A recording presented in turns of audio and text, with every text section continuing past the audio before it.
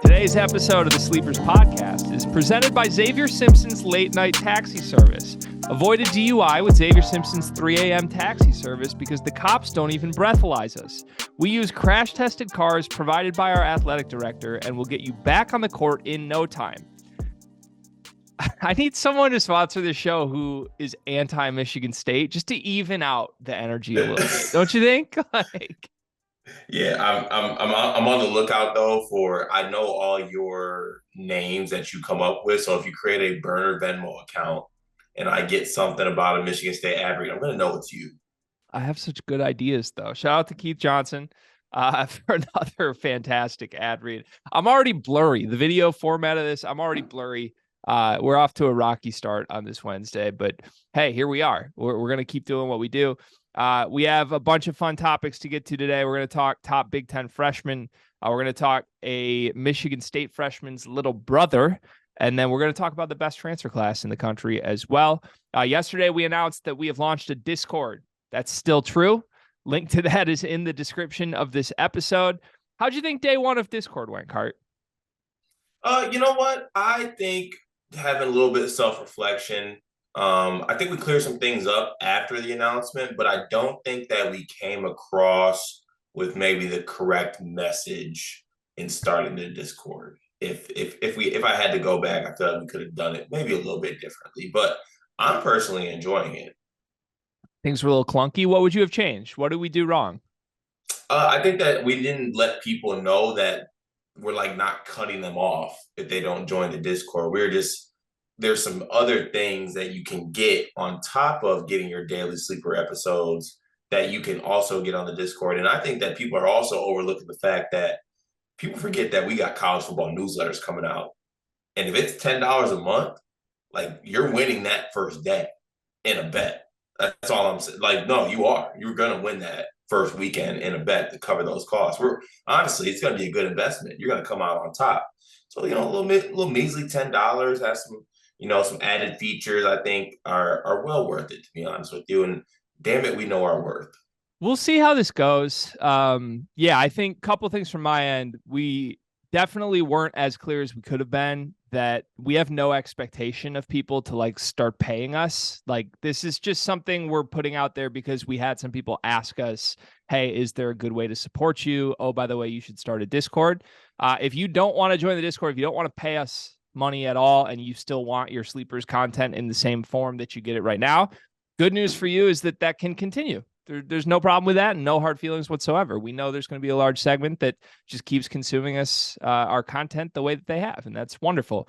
But you can join the Discord for some additional fun stuff. I put it like this in text to you, Cart. You're not paying for content from us in the Discord necessarily. You're paying more for relationship and community. That's what I view this as. And some people might be like, why the hell would I pay $10 for that? That's totally fine if that's how you feel. But I think you're only going to get your comments read if you're in the Discord. We're going to prioritize allowing the people in the Discord to sort of mold how these episodes go. Like, we might ask people in there what topics they want to hear from or what we should cover any given day. So all that said, we still want people to consume our content how they have been. Don't worry about it. If you don't feel like paying, that's fine. First night, I think we had 40 people join though, which was pretty good. Although I am confused on how Discord works, kind of old man, because I think only 10 of the 40 actually paid subscribed and got in there able to see everything. So either we have a 20% actual conversion rate or something's not working. We got to figure that out. We'll give it a couple weeks though. I think there are a couple more comments hopefully we can clear up that we'll get to when we read the comments today. But in about 2 weeks, we will stop reading comments from the YouTube channel and we will just start reading them from the Discord. So for that reason, Cart, let's start with 2 comments we got from the Discord last night. A couple names that you may recognize if you listen to these episodes. Coy says plain bagels toasted with chive and onion what is that? Cream cheese? Cream cheese. Onion cream cheese is the correct bagel. Oh, and in no world is Terrence Shannon a guard. Illinois starting lineup is point guard, wing, big. Oh, here we go. Koi, positionless. The best bagels are not up for debate either. Honestly, the fact that you love and go out and choose on a daily basis when it is bagel time, a plain bagel, that's alarming to me. I chalk that up as one of the few tally marks where I feel a little bit reserved and fully trusting you. The best bagel out there is Asiago cheese bagel by far. No if, ands, or buts about it. No, I mean you can get it from anywhere, but the best bagel is Asiago cheese bagel, and it's not for debate. When we say bagel, though, are we talking like just eating a bagel by itself solely, or are we talking about like in any setting, like a bagel sandwich? We're talking about just a bagel by itself. Oh, so that's different because it's not like I'm out here eating plain bagels by themselves, loving it. Like, well, even on a breakfast sandwich, like there's so many other bagels I would go with. For the record, when I order a breakfast sandwich, I usually do Asiago cheese. Okay. If I'm eating a plain bagel, it's probably a French toast bagel or it's a plain bagel sliced with peanut butter and toasted. Those are my routes. Okay. All right. That makes it a lot better. By the way, schmear was the word I was looking for from Koi. Onion schmear. Interesting word. Tough word. I don't know how. Cream. You don't like cream cheese, do you? I don't like cream cheese. I also don't like schmear. Cream. I mean, technically, peanut butter is a schmear. Yeah, I'm out. I don't want schmear. Ulamog is in the Discord as well. He says Apple TV doing a documentary on Messi and his transition to the MLS has got to be the slimiest, biased doc since The Last Dance. Messi scored again last night. What do you know? Inter Miami has not. I'm out on Messi. Miami has not lost, and Messi has scored every single game. I'm out on Messi and the experience. Why? It's just like it's a cop out. He shouldn't be there. He's too good to be playing at MLS. He truly is. Yeah, go to the Saudi league or something. Like I was talking about this the other day, and for those who don't know, there's this new league in Saudi Arabia that's a little bit, controversial because of what Saudi Arabia and their morals are. But it's a new soccer league, and they're paying crazy amounts of money. Think of it as like a live type for soccer type setting, but all the best players damn near in the world who are a little bit on the older side are going to Saudi Arabia right now. So the level of competition is actually, up there and pretty good. Like a Saudi Arabian team would wax an MLS team probably 7-0. I truly believe that. So it's just like the goal yesterday for Messi.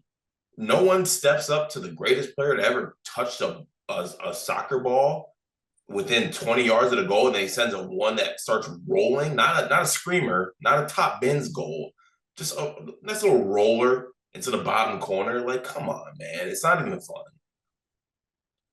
It's exciting. Like, I get why American fans are like freaking out about it. I used to be that way. I'm out though now. I just want to draw a distinction between the people who are like, oh my God, this is so great for American soccer. No, this is horrible for American soccer. Like, this is just showing how far off the MLS is from any other league on earth. Like, the MLS is probably not even a top 10 league on earth, would be my inclination.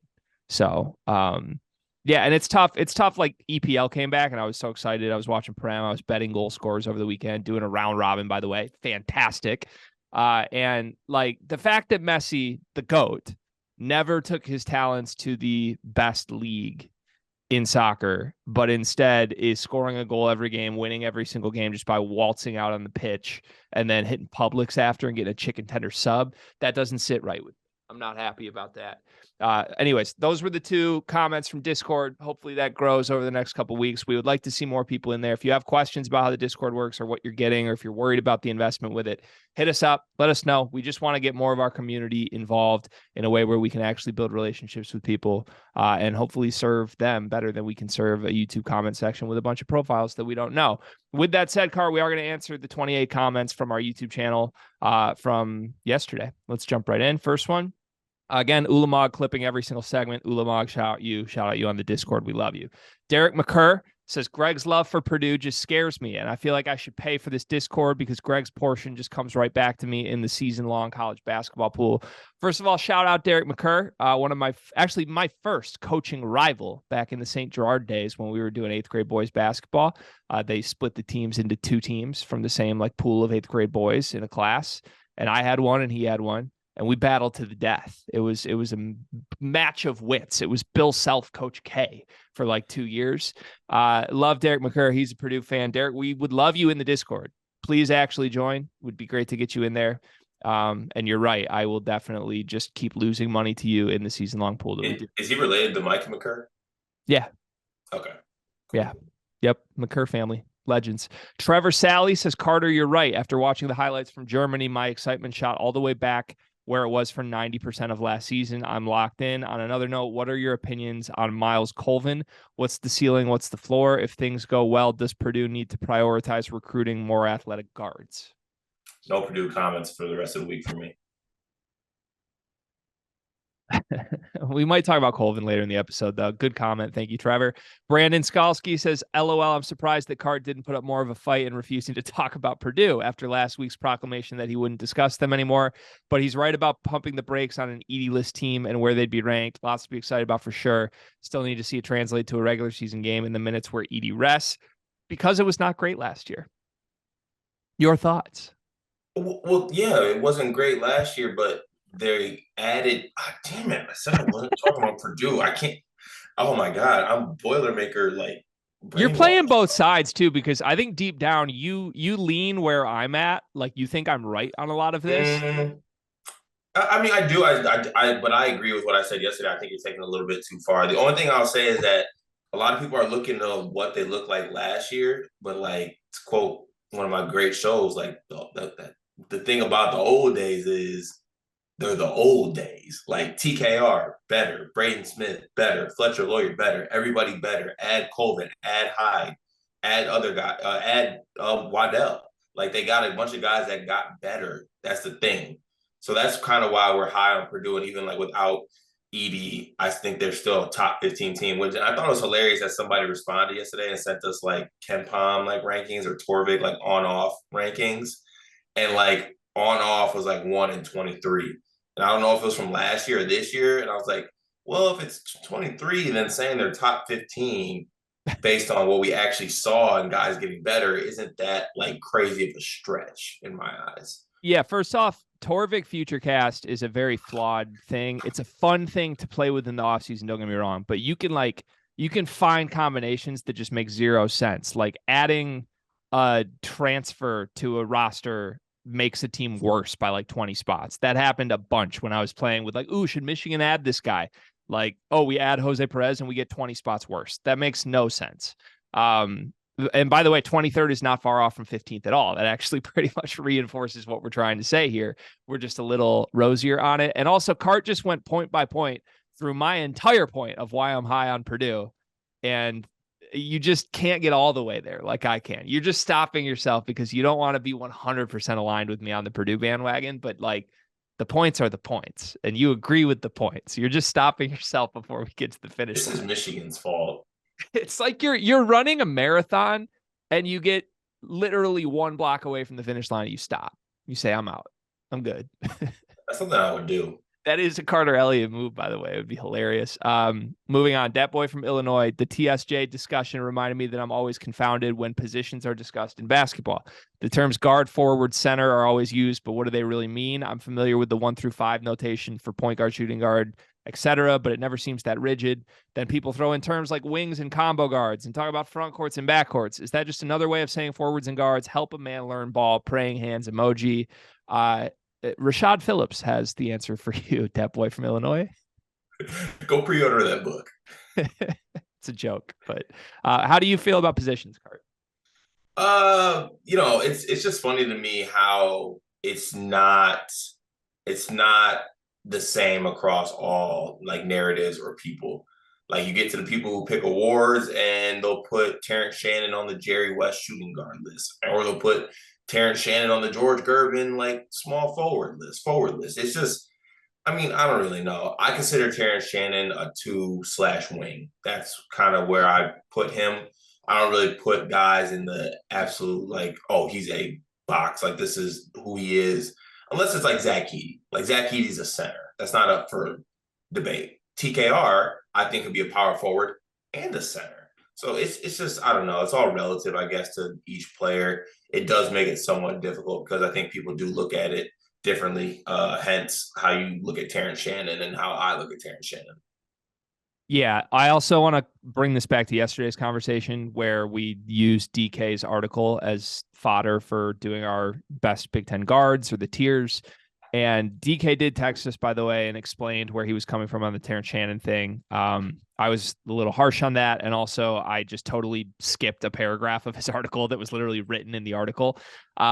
So he assigned Terrence Shannon a guard because of Ken Palm's positional breakdowns, where it shows like the percentage of time you played a position. Terrence Shannon was Illinois' point guard 80% of the time, according to Ken Palm last year. That doesn't map with what my eyes said. He had the ball in his hands a lot. So like that, I watched enough Illinois to know he wasn't the point guard 80% of the time last year.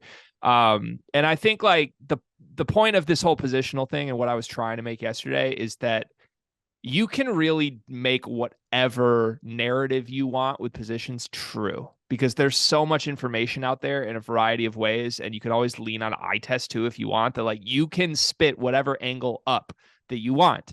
And my inclination is that moving Terrence Shannon to guard is going to open up a spot for Jaden Akins when DK does the wings list.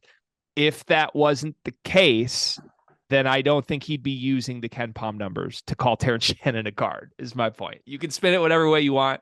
But anyways, that wasn't meant as a shot at DK. And also quick positional story from me, Cart, from my basketball playing days. I'm like very clearly a small forward. Like I'm Brian Waddell, but with a different first name. Like that's who I am. I'm a 3. I'm a shooter. I can do a little off the dribble, put me in pick and roll a couple times a game, secondary ball handler, etc. With that said, Cart, I was usually the tallest guy on the floor in like the pickup games I play in because all the people that are taller than me actually play real basketball. So I would often be guarded by the other team's center, which was fantastic for me. Like I feasted on that for a good 4 to 5 years because centers can't guard me on the perimeter. Like they can't chase me as an off-ball shooter who's like spotting up and finding the openings. They can't chase me, Cart. It was fantastic. So I benefited from What do you mean by they? I mean bigs. Bigs can't guard me. I'm in your hip pocket. Now you are. And at the time you were too, because you were a college basketball player. But there was that 2-year window where you weren't playing college anymore that I had you. It always got to the moment where you got, I mean, typical. So that you got cocky and you had some words. And there's nothing like when G hits a 3 on you and has some words. Because you have words on the court. You do have that in your game. I do. That's true. Yeah, I mean, I'm a white shooter. What am I going to do? Not have words? Like, come on. I feel like that's an obligation. Wyatt Robinson says, Greg, the Illini men's golf has made it much further than a weekend or two through stroke play, then advanced through the top 10 portion for match play. 2 individual national champs, Thomas Peters and Scott Langley, had no idea those guys went to Illinois. He said Small is our best coach. That is incredible. I was joking mostly about the second weekend comment, but might have to tap into Illinois golf. Were you good at golf in high school? No, horrible. Damn. I don't know. For some reason, like I feel like it would have been fire if you played golf at Illinois. Like that would have been the perfect situation. Yeah, maybe. Aesthetically, I think that would have worked. I've seen the Illinois golf gear, like the polos from that shop in Champaign were fantastic. So I might need to tap in and get a little Illinois polo. Keith Johnson, 32, who is on the Discord, by the way, says, if Izzo landed the Trace Jackson Davis recruitment, does he have another natty in the past 4 years? Feels a little iffy for me to like assign Trace Jackson Davis the value for a natty, but maybe, right? Like TJD on last year's team maybe could have been that. Yeah. And I was thinking like that might be taking it too far, like you said. So it's not like TJD automatically gives you the natty boost. But with that said, in the last 4 years, like you mentioned, I think last year's team with TJD, I think probably could have done it. And given the landscape of what else transcribed in college basketball. I'm going to flip this, and I think Michigan State fans will be shocked that I'm taking this angle. I think if TJD had actually committed to Michigan State, he would have been in the NBA after 2 years. I think that I agree with that. I think Izzo would have gotten a lot more out of him early, and TJD younger. If he did what he did as a senior, as a sophomore, I think TJD is a first round pick. Clayton is back, says Illini Golf has made the Final Four in 13, 15, 16, 17. He gives me a lot more details in the long comment about all the specifics of Illinois golf. I feel like we already hit that from a couple comments above. We keep dissing Clayton. We keep beating Clayton's comments to the punch with other comments. But yeah, respect Illini Golf. Apparently, we're Illini Golf fans now. Keith is back, says the real question is Purdue without Zach Edey better than the Jaden Ivey, Travion Williams team without Zach Edey?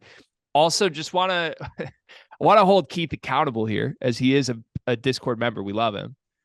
He spelled Zach Edey, Zach Eddy twice in this comment. He spelled Jaden Ivey wrong in this comment. He spelled Travion Williams wrong in this comment. So Keith, we need a little more from you, Keith.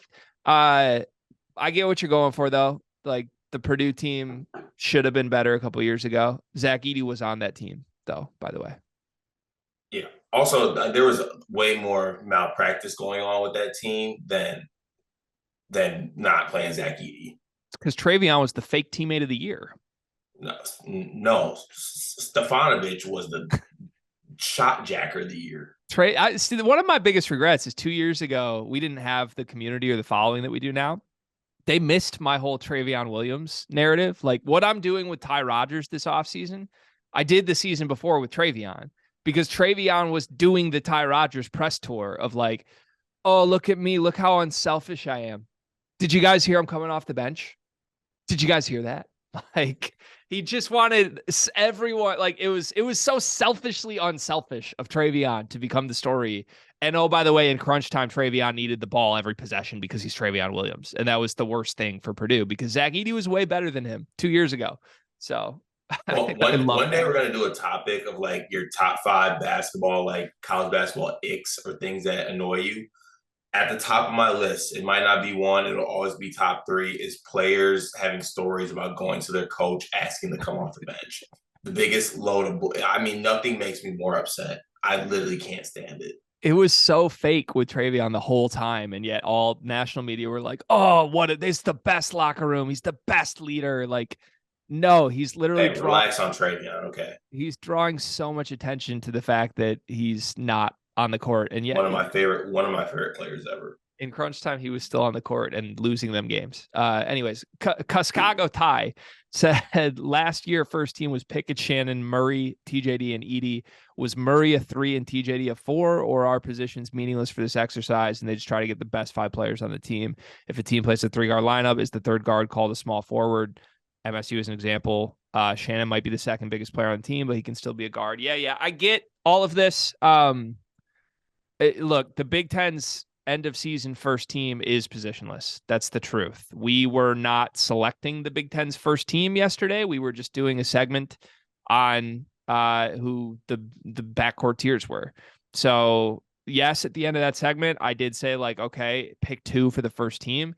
That was mostly because it's a more fun exercise to do that, and because it's obvious to everyone that 4 of those guys would be on the first team if you just picked 4. It's not as good for content to just acknowledge who those 4 are rather than to pick 2 of those 4. But fair points from Ty and from everybody here that's not how it works in real life, how we did it in the segment yesterday.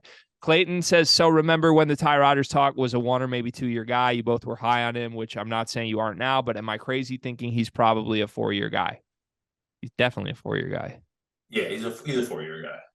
And that's I feel like that's not reflective of us not being high on Ty Rodgers. Honestly, if I could go back, and this is just me going off my memory, I think that I said that Ty Rodgers would be an NBA player. I don't know if I necessarily said that it would be like a 2 or 4 year thing, or like a 1 year thing. I basically said that I think that he leaves Champaign an NBA player eventually with his skill set. I think that was the way you termed it. Okay. Yeah, give you some credit there. But no, there's not a market in the NBA, as far as I know, for point guards who have never made a 3 in their careers and shoot 50% from the free throw line. Tough. Aiden Tree says, just to be clear, you're not reading YouTube comments anymore. Wouldn't going on there and chatting with you throughout the day kind of defeat the purpose of answering it on the pod? It's a fair comment. Any thoughts on how that dynamic will work, Cart? You know what? I feel like the way that we have it organized though is, we kind of have a comments channel, and at least in the first day, I feel like we've done a good job, and the people who are on the Discord have done a good job of kind of making sure it doesn't get cluttered and keeping things in certain areas. So, I think that maybe starting out it might be a little bit clunky, but at the same time, I think it'll work itself out. Yeah, to be clear, the plan is at a set date, probably 10-ish days from now, maybe the Monday after next Monday. We are not going to read YouTube comments on episodes going forward. We are only going to read Discord comments on episodes. Every time there's an episode, I'm going to post it in the Discord in a specific channel and ask people for comments they want read on tomorrow's episode in that thread right there. So I think that'll work pretty smoothly. We just need to make sure there's the right number. But again, part of this too is like, we don't think reading 40 comments a day is sustainable. Like, God forbid, if this keeps growing, it would just be way too long of an episode. Nobody wants to listen to that. That said, we love the comments portion of these shows. It's our favorite portion of these shows. So we don't want this to die. And if this is a total miss of what we're trying to do, trust me, we will adjust and figure it out. Somebody did throw out like, hey, you should still pick a couple YouTube comments every day and read them. Just read everyone on the Discord.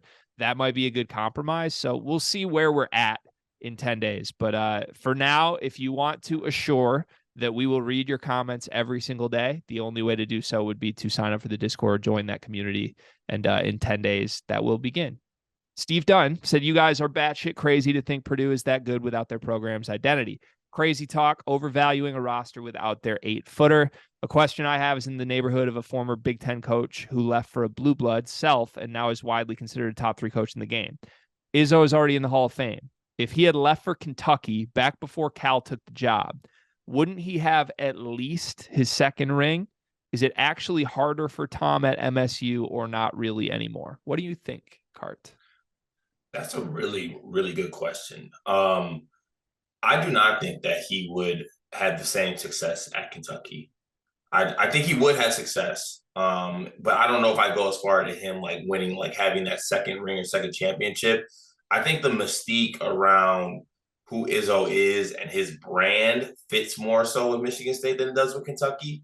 Like, but then again, I don't know if you go back and look, if Izzo did go to Kentucky, would we not look at Kentucky more so as like the bag school, I guess, or the school that it has become? I personally, to answer that question, no, I don't think that he would have that, 2 to 3 more rings if he was at Kentucky. I think him being at Michigan State, him building the brand at Michigan State around the aura of the program and kind of the way they operate, I think is what leads to his success, both like on the court and in recruiting.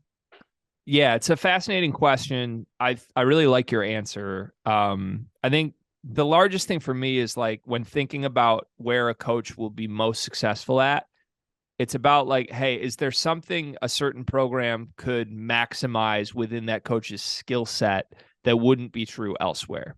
For example, John Beilein was a perfect fit at Michigan because Michigan's limitations didn't hurt the way he wanted to coach. Like, you could have put John Beilein at a blue blood, and I honestly don't think John Beilein would have been necessarily more successful there, because what made John Beilein special was evaluating under the radar guys. Like, John Beilein was almost better finding 4 stars and 3 stars that were going to end up being pros than he was trying to land top 10 recruits in the country. Sometimes he misevaluated those guys. So for Izzo, he was never going to be the biggest like bag dropper. And I think he's always been like, for lack of a better word, Card, a blue collar coach. He's like an outwork you, grind you guy, relationships guy. And putting him in a spot that, Kentucky would have a little more pressure, I think, than Michigan State. Kentucky would have demands of pros. Definitely that fan base expects guys to be in and out, even if the one and done model wasn't there. I don't think that maps as well with who Tom Izzo is and the way Michigan State embraces him. So, yeah, I don't know. I think he could, like, the truth is he could easily have multiple rings at MSU too. He's been close. It's not like that would be a guarantee that he would have been more successful anywhere else. So, Hope that answers your question, Steve. Final 2 comments here today, Car, both about the Discord. Wayne Kerr says $13 a month.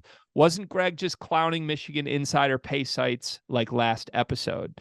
I responded to this on the YouTube channel, and I'll just read what I said. But just to make it clear, you don't have to pay us anything. None of the content that you are currently getting for free is going away. It never will. Just giving people who want to support us a place to do so that also comes with the perks of getting comments responded to on episodes starting in a couple weeks. And also, just by the way, we're not clowning pay sites for being pay sites. We're clowning Michigan insiders specifically for paywalling everything just for their updates to be pure fan fiction. Like that's a Michigan insider specific thing. That's not a pay site specific thing. And that's where we're coming from on the joke.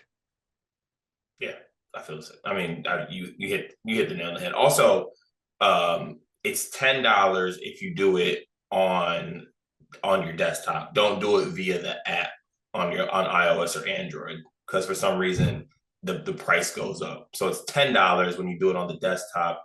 For some reason, it's like 13 or 14 with taxes when you do it like via your phone. Yeah, I don't know what's up with that. It seems like some shady business with Discord, but yeah, it's weird. I can't figure it out. So yeah, do it where Card just said to do it. And final comment today from Mr. Indy Randy 10. No pay, period. You want to respond to that one, Cart? Sweet Randy. Okay. I just don't like. That's fine. Again, you're totally free to not pay us and keep getting all the things from us that we do. Like, why leave that comment? I don't get it. Well, I'll go respond. Can I respond on the actual YouTube channel? You can respond on the actual YouTube channel. I already did, but like, we said this on Twitter too, and I feel like it comes across as us like begging for money. I'm sorry, I'll just do voice to text. Poor. That summarized this way better than I could have. Thank you to the comment section. Again, if you want to get your comments read starting in a week and a half, come to the Discord. We'll keep doing this for everybody that's over there. Otherwise, continue to watch the show and comment wherever you'd like. You can still grow the comment section on your own if you'd like. Do whatever pleases you. Pay us or don't pay us. We don't care. We love you all anyway. We just want to keep talking about college basketball. Can I say one last thing about can I say one last Discord thing before we move on? Yeah. I just want people to really realize that outside of the actual community parks, you've been in like, board, I guess, type things, like paid board type things. Yeah. And I honestly used to ask you, I was like, what is that like? Because I was the guy who's like, I'm not paying. I was the Mr. Randy type. And you were like, well, it's just kind of like a sense of community. And I feel like we are trying to establish that, for one. And two, just know that we're adding Gregory Gamble to it. Also, that should be your name. # Gregory Gamble. That's an elite, like, gambling tag name. And there'll be some good stuff. Is that elite? To me, it is. I don't know. I'm getting behind that. But no, I just wanted to get that out there. We're trying to pay for y'all membership too, by the way. Casino Carter. Yeah, look, this isn't necessarily like, oh, we need money. That's not what we're trying to do here. And if everyone agrees we missed the mark on this, like, we're open to listening to that and changing up. But also the truth is, like, since we pivoted to these daily episodes, Card, it costs money just to get these on Apple Podcasts. Like, it's we only have a certain number of hours per month that we can upload. We far exceeded that. We like tripled what our allotment is, what the maximum you can get on Buzzsprout paid account is. So again, we've been paying out of pocket for that for a while. This month it was like $60. That's coming out of my pocket right now. And we don't make any money off this other than a couple of meetings we might have coming up that could pay us something large separate. Who knows? We'll see. But the point is, we just want people to be able to support us if they want to. If you don't want to, that's totally fine. People, enjoy it. Have a great week. But I swear to God, if people keep commenting on our stuff, like, we don't want to pay you, I don't know what to do with that. Like, you can not want to pay us without telling us you don't want to pay us. Yeah, just don't. just don't tell us. Anyways, moving on.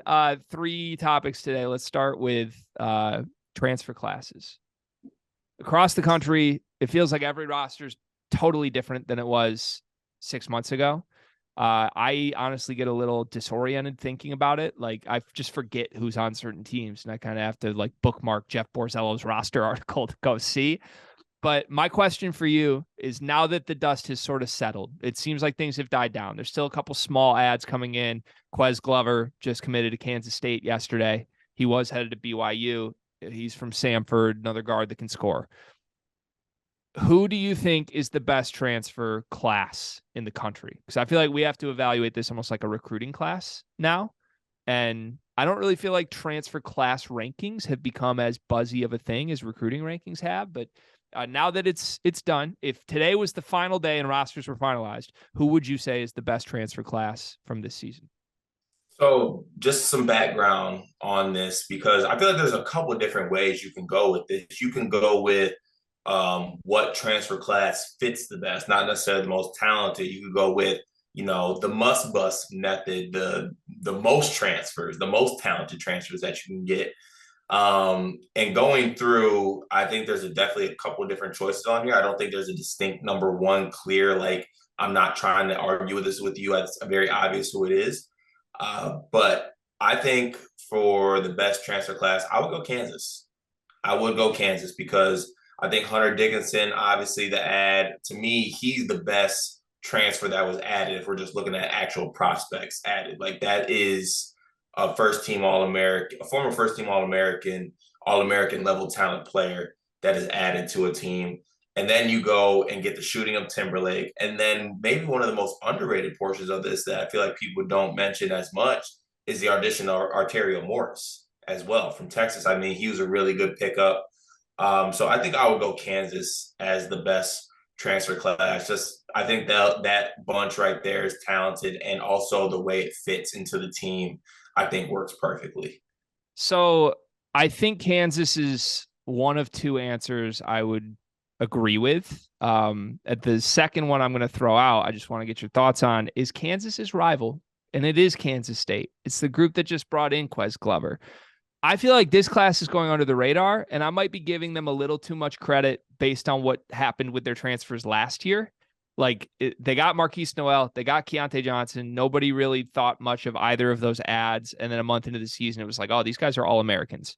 I think part of that is a Jerome Tang system. Like he lets his guys rock. And I think he's going to do that again with this group. But like Arthur Kaluma could be really good for Kansas State. Tyler Perry's a guy I actually am high on. Everybody knows I'm really skeptical about mid-major transfer guards, but I think Tyler Perry's going to be really good. And now you add Quez Glover to that, where like, okay, you got 2 lottery tickets at the guard position instead of 1. I feel like that bodes pretty well for a coach with the transfer track record like Jerome Tang. I would be shocked if 2 out of those 3 aren't like really, really good in a first and second option role for Kansas State next year. So I'm going to give them the nod, Cart. I think like Hunter Dickinson on paper is better, and you add Arterio Morris into that. Fair answer. But I think I'm taking the trio of Kansas States as like they're going to have more impact than Kansas's group will next season. I'm not mad at that pick. And I think you brought up a great point with what Jerome Tang does with his guys too, especially like looking at Arthur Kaluma. Like I feel like I guess call it the marriage of Kaluma and Tang at Kansas State could really unlock some things for him, because I feel like he got a little bit stagnant at Creighton at sometimes to me. And I feel like he kind of needed that change of scenery. And he's going to be playing with a guy who's a different style coach than McDermott is, and in a system that's going to let him rock, basically. So I like that pick by you. That's who I was going. I was going between. I think the other option I was going to go was Bama. I like the additions that Bama had, just because Estrada's an absolute bucket, and I'm higher on Nelson than other people. So that's who was going to be my other team. I don't know what it is about Nelson. I just don't fully trust him. Like, Is it the facial hair? Is it the mustache? It might be that. Are they playing him at the 4? Is he a 3? Is he a 5? See, I'm not sure where they're playing him. Yeah, it scares me. I feel like he almost kind of needs to be like a versatile big to be fully utilized, but I don't think that works in the SEC. Some other honorable mentions. I like Texas. I think Max Asmus should be getting a lot more love on these lists. And I think like Asmus and Tyrese Hunter works a lot better on paper than Marcus Carr and Tyrese Hunter did. So I'm pretty excited about that. Like, I feel like Hunter takes a step forward now that he has a shooter next to him instead of a ball dominant guy next to him. And Shedrick is a rim protector I really like. Big 12 classes in general are loaded, man. Like West Virginia. Houston stealing LJ Cryer, or I mean, Houston stealing LJ Cryer. Yeah. Um, Baylor got Ray J Dennis. They got some dudes like Jaden Nunn. Like the Big 12 went dumb actually. yeah, the Big 12. West Big 12 Virginia too, right? Yeah, that's big. Yeah, okay. is the Big 12 the best conference in college basketball again? Yeah, pretty clearly, right? yeah. Is it going to be forever? No, because eventually they're not going to be there anymore. Realignment, your favorite. Hey, Hey, let's move on. I want to talk Jeremiah Fears, aka Jeremy Fears, little brother. We love a good brother. We love a good sibling duo in college basketball. I feel like we just need to say that off the top. Take everything we say in this segment with a grain of salt. unless because I'm a big fan of siblings, unless you're a Christie family, apparently. Unless your family has wronged one of us, we're a big sibling duo fan. Jeremiah Fears is good. He's a 4-star point guard, much like his brother Jeremy Fears, similar rated, I would say, at the similar age. He's a 2025 recruit for now. But if you listen to Jeremiah's dad, then there's a 95% chance he's reclassifying to 2024. Notable part that news was broken on an Illinois publication this week. Jeremiah Fears also has posted on his Instagram story that he is going to announce his decision on January 13th. He's announcing that on August 13th. So unless there's like a family member's birthday or that's a meaningful date to someone, I'll reserve judgment. But kind of crazy move to be like, I don't know where I'm committing, but I'm committing on this random day in January. He has offers from everyone, by the way. Like, one would think Michigan State's around here. Illinois is obviously in it. He has offers from Arizona, Gonzaga, Tennessee, and of course, Michigan, Cart. And from my conversations with the Michigan staff, they feel fantastic about where they're at with Jeremiah Fears. So where is this headed? What do you think is going to happen? Is he reclassifying, and where does he end up? Well, if he does end up in 2024, the Michigan staff has to assess if they'll be able to get him and Cooper Flag. I don't know if they can necessarily play together. But for me, it's a case of, yes, they're brothers, and I don't know if this is where you want to go with this portion, but they're completely different players in my eyes. I think that Jeremy is more of actually a pure point guard, or just a little more pass first type point guard. Jeremiah is wired to score. He's got a bag. Like, he's a score first point guard, and not in a bad way either. And I'm not saying he can't pass. I think he's going to be a really good college basketball player. For some reason, though, and this is not to deter him in any way. I don't know if Jeremiah Fears would fit into the fold at Michigan State, only because he seems like a guy who really wants to come in and get minutes right away. And he immediately would play behind his brother. I don't think that he'd play over a guy like Kurt Tang. I don't think he'd play over a guy if Jay Nakins comes back for his senior year. So I just don't know if he wants to play. I think it's more so knowing what he wants to do right away. And to me, he seems like a guy who wants to come in, play major minutes, and get his shots. And I think there might be other teams that might fit that mold over Michigan State. Now, granted, I want him. Like, don't let this deter you. I want him, and I think he'd be a great Michigan State basketball player. But I don't know. It just seems that maybe he would want it. And this is me putting on my body language reader hat, or whatever you want to call it. He just seems like maybe a kid who wants to kind of go on his own path too. Not everyone wants to follow in the footsteps of their brother, you know? There's two options I think make sense if he's truly reclassifying. Option one is Michigan State, and that would seem to be, he wants to play with his brother. Maybe this is a who knows how long his brother's going to be a Michigan State thing. Maybe the Fears family thinks Jeremy Fears is an NBA guy in 2 years. Maybe Jeremy and Jeremiah just want to maximize. They get 3 years of playing together. Who knows? That, to me, that's where my head went first. Like, he's reclassifying. Okay, he probably wants to go to Michigan State and play quickly with his brother. Option two, isn't there a certain program that we've been saying needs a point guard sooner rather than later for a while now? And the sooner they get a point guard, the bigger opportunity there is for that player who is now going to be their point guard. Like, if there was one school on this list that would make sense to like a point guard needs to come in quickly, it's Illinois, right? Like, Well, wouldn't that set off the chain of wouldn't that be the canon event for Illinois basketball?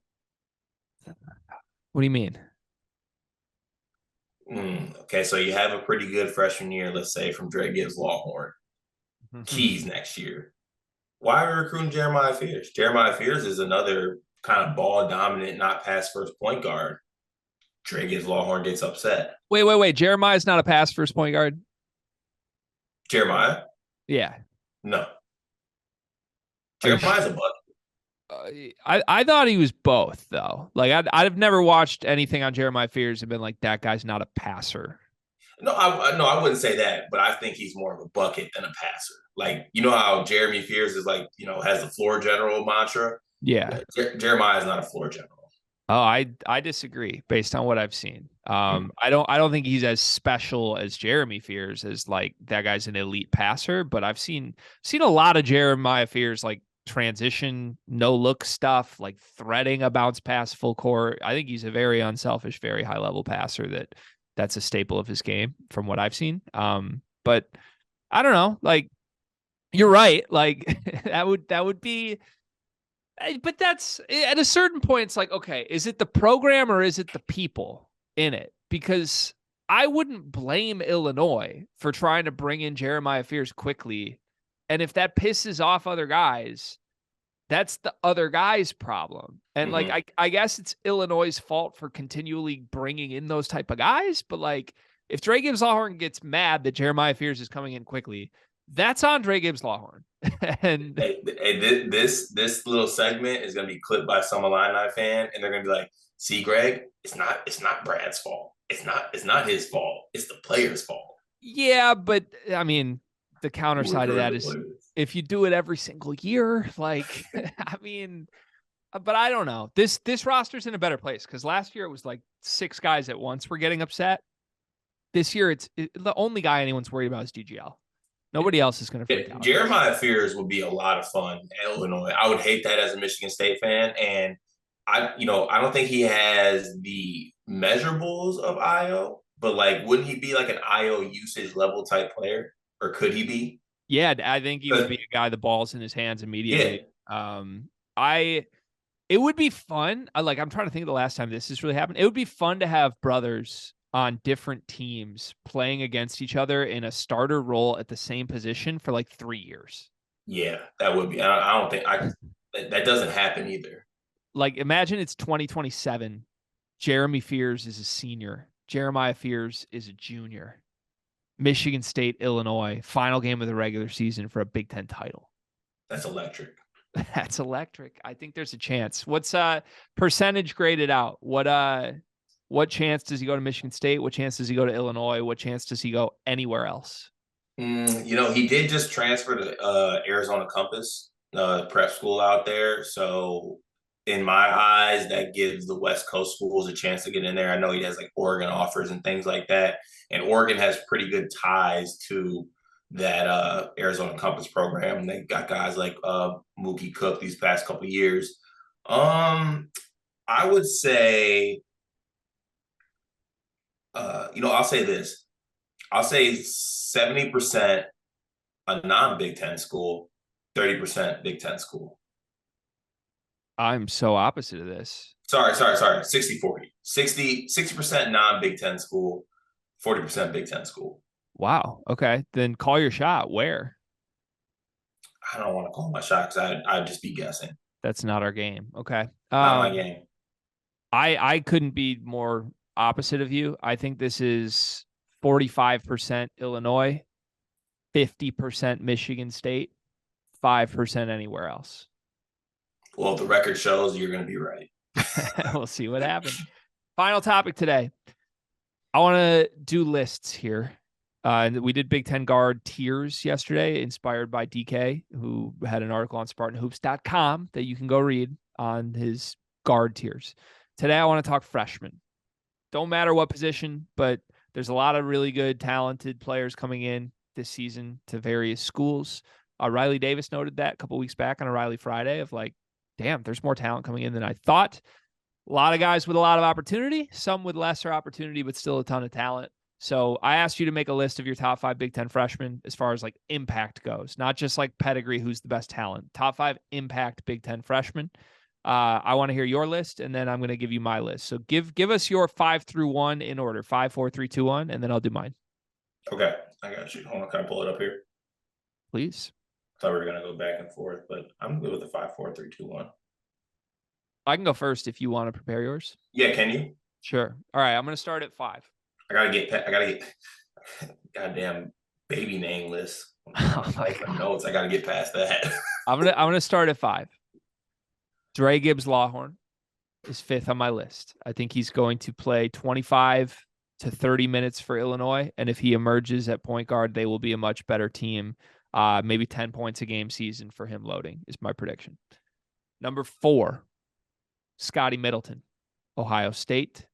I would be higher if I'm just making a list of like talents here. I think I would actually put Scotty Middleton a little bit higher on this list. I think he, more than anybody in this conference, has the best chance of going one and done this season.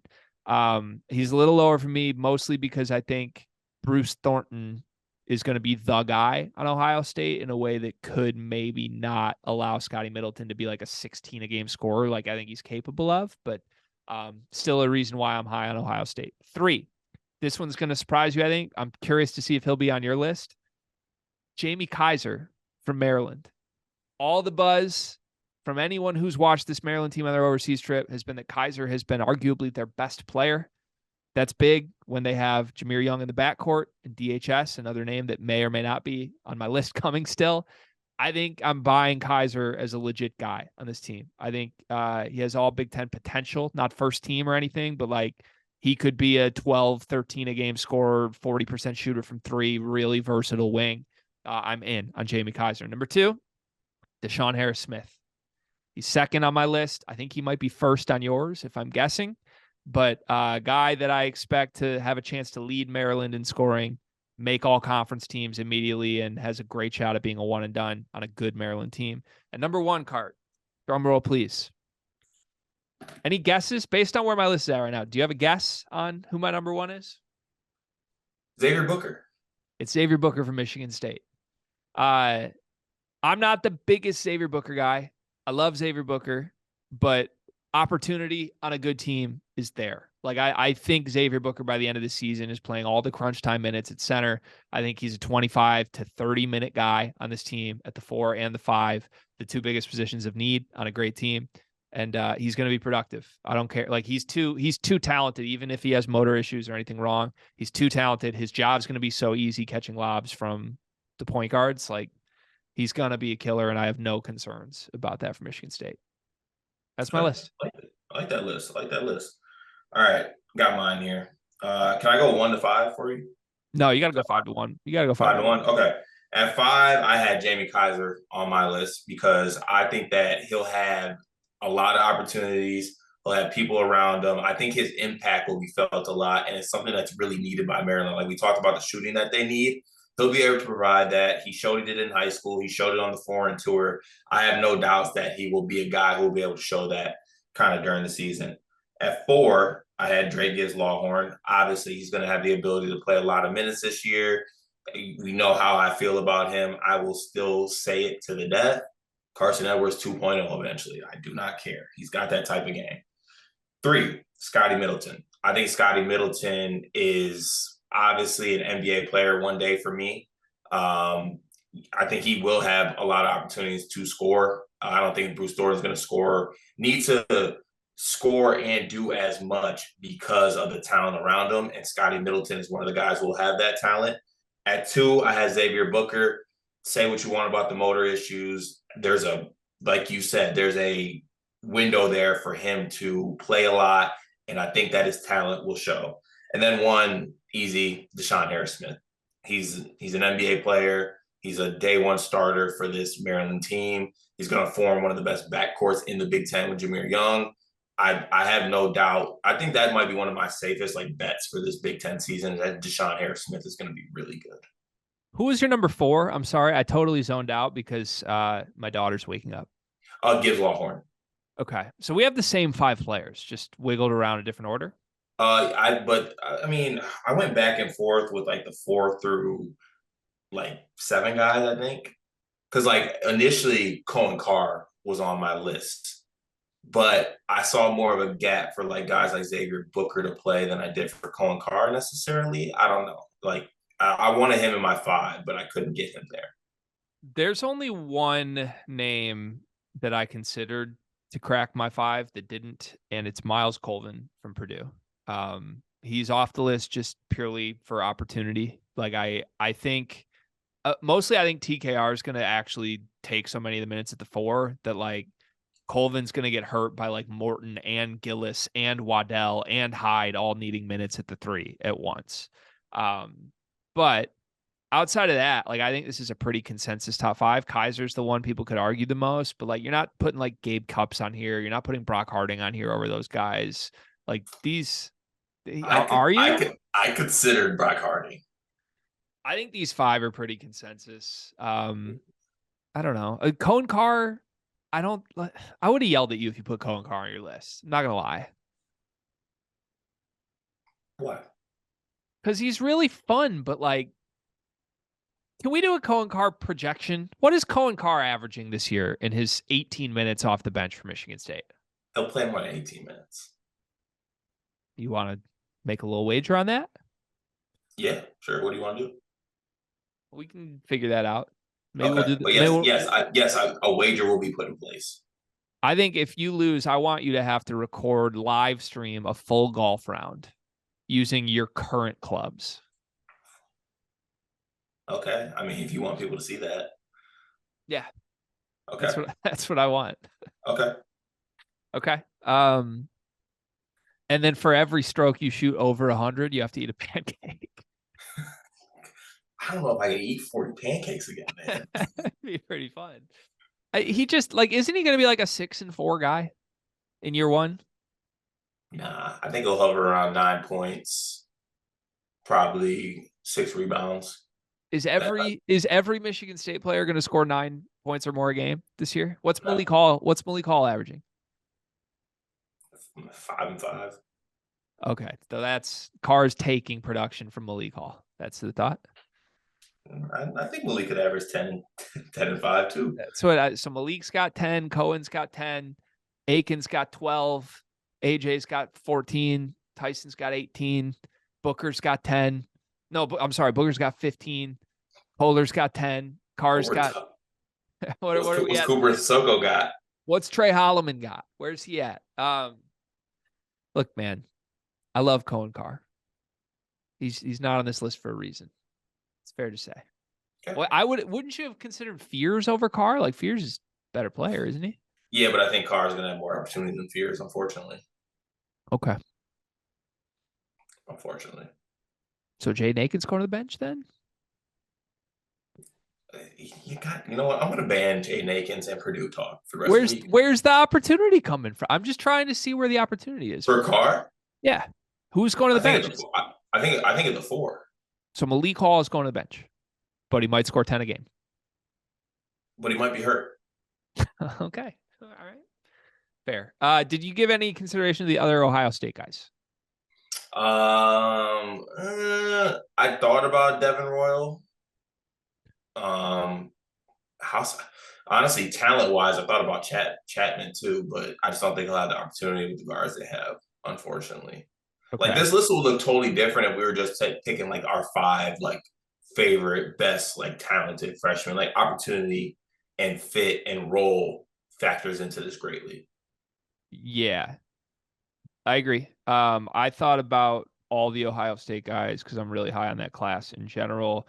There's also one other name we haven't mentioned. I don't think we've ever said his name on the show before that I really strongly considered. And he finished 6B to Miles Colvin's 6A for me.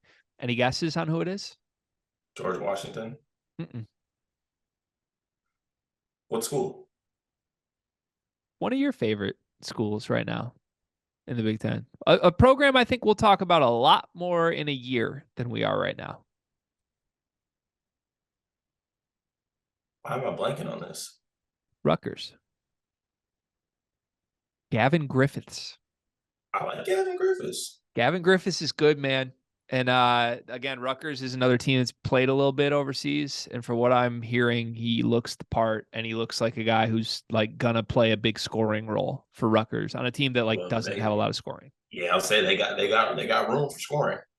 Yeah, I'm in. I'm in on Griffiths. I think there's okay, of our five, we have the same five other than the order: Booker, DHS, Kaiser, Middleton, Gibbs, Lawhorn. Which one of those five are you most confident, or do you think has the biggest risk of like blowing up and not being good?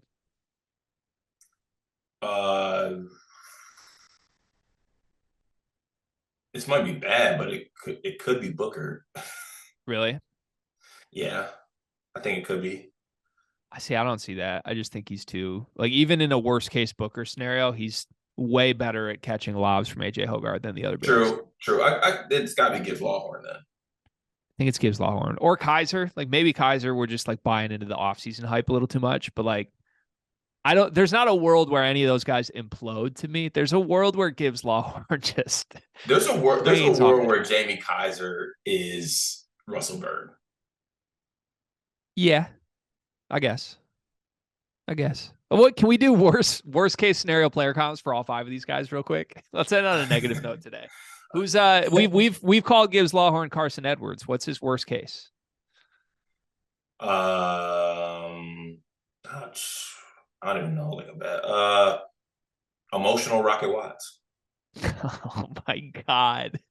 More dramatic subtweeting Rocket Watts. Okay. Scotty Middleton. Cormac. Yeah, I could see that, which is that's a good worst case scenario for Scotty Middleton. Jamie Kaiser, Russell Bird. Yeah. DHS. Ooh, I don't know. Can you go first? Is there a world where DHS is Carlton Brundage?